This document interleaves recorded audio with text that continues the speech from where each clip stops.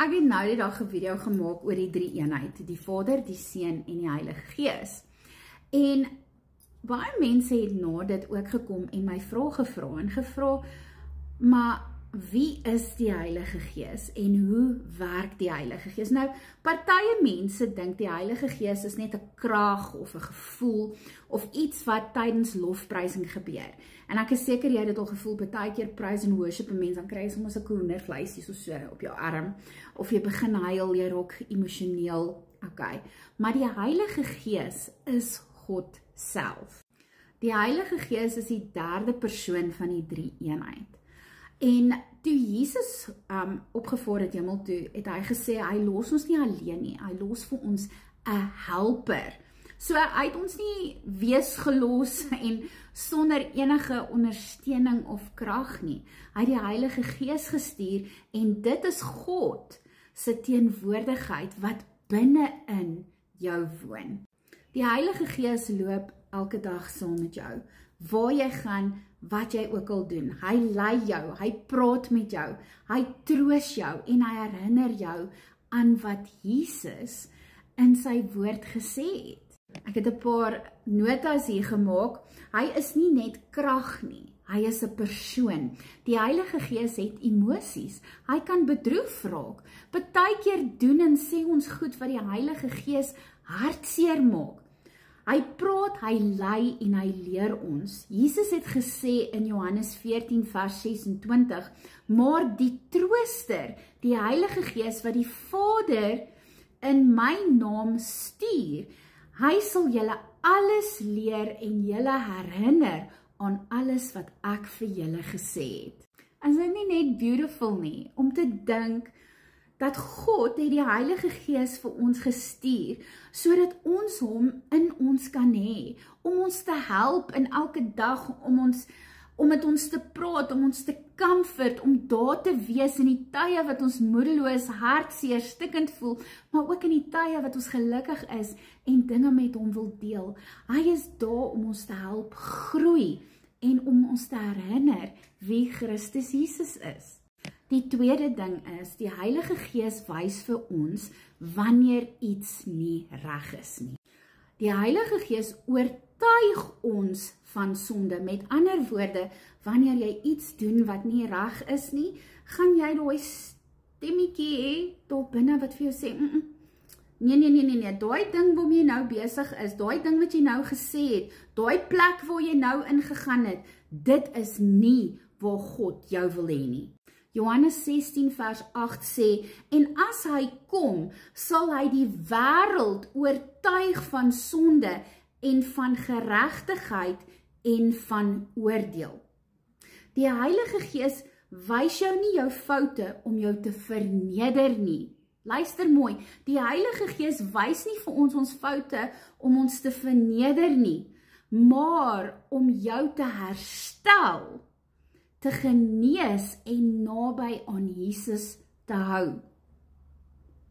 Hoeveel mense vandag kan regtig sê, as ek so kyk na van die comments op van my video's, as dit is wat die Heilige Gees doen, en as dit is wat Jesus gedoen het, en as dit is wat God gesê het ons moet doen, en mense wat dit dan nie doen nie, het daai mense regtig die Heilige Gees? Want ek sê weer eens, die Heilige Gees wys ons wanneer iets nie reg is nie, maar hy veroordeel ons nie. Dan, die derde ding, die Heilige Gees is jou trooster. Hy is daar in die middel van die nag, 2 uur in die oggend, wanneer jy nie kan slaap nie, wanneer jy rondrol, wanneer jy huil, wanneer jy gebroke is, wanneer jy nie meer trane het om te huil nie, waar jy net seer en alleen is. Kom die Heilige Gees en hy bring vrede, nie 'n wêreldse vrede nie, maar die vrede wat jy nie eers kan verduidelik nie. Johannes 14 vers 16 sê vir ons, ek sal vir die Vader bid en hy sal vir julle 'n ander trooster gee, dat hy by julle kan bly tot in ewigheid. Hy los jou nooit nie, hy gaan saam met jou deur alles. Ja, julle is daai nie amazing nie. Jy mag dalk op hierdie oomblik so alleen voel, Maar hier sê Jesus vir ons, hy los ons nie alleen nie, hy gee die Heilige Gees vir ons, om saam met ons deur alles in ons lewe te gaan. Nommer 4, die Heilige Gees gee jou krag. Hy gee jou moed om aan te hou, om op te staan wanneer jy geval het, om te bid wanneer jy moeg is, en om lief te hê wanneer ander mense jou seermaak. Handelinge 1 vers 8 sê, maar julle sal krag ontvang wanneer die Heilige Gees oor julle kom, en julle sal my getuies wees. Hy gee jou bonatuurlike krag om te leef. En hoeveel van ons voel baie keer, Here, ek kan nie meer nie. Here, ek is moeg, ek het nie meer die krag nie, ek wil nie, ek het nie meer die krag nie. Daar sê God vir ons, Jesus sê vir ons, hy het die Heilige Gees vir ons gegee, om ons krag te gee. Het jy al ooit, gisterond het ek 'n video gerepost, oor wat ek gesê het, dis donderdag aand, en baie mense het sondag aand gedink, hulle gaan nie deur die week kom nie. Hulle het nie gedink, hulle gaan by maandag uitkom nie. Baie van ons gaan elke dag deur dinge, wat ons dink, Here, ek gaan dit nie deur hierdie dag maak nie, maar ons kom deur die dag. Hoe? Deur die Heilige Gees wat ons dra.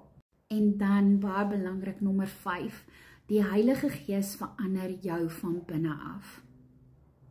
Hy maak jou sagter, nederiger en meer soos Jesus. Hy bring die vrug van die Gees in jou lewe.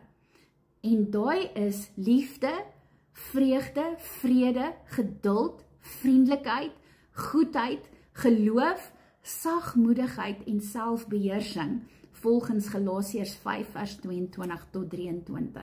Ons moet onthou, ek kan nie myself verander nie. Jy kan nie jou man of vrou verander nie. Jy kan nie jou kinders of kleinkinders verander nie. Ons kan nie ander mense verander nie, maar die Heilige Gees kan. En dit is hoekom baie van my volgelinge wat deel is van Strength to Live Ministries, wat beklei vir hulle huwelike, is dit iets wat ek hulle leer. Dis nie jy wat jou huweliksmaat verander nie. Dis net die Heilige Gees. En dis hoekom ons bid vir daar die man of vrou wat baie van die wal af in die sloot geval het.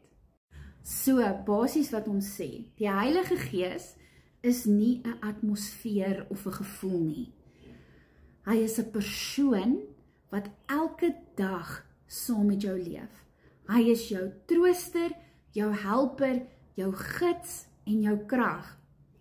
En daarom, wanneer jy moeg voel, wanneer jy mismoedig voel, wanneer jou hart breek, wanneer jy stikkend is, wanneer jy nie meer weet watter kant toe nie, dan is dit die Heilige Gees wat jou lei. Al wat jy moet doen is bid en sê, Heilige Gees, gee my die krag, lei my. Baie keer sê ek net, Heilige Gees, Jesus, vou net u arms om my. Laat ek net u liefde en u vrede ervaar.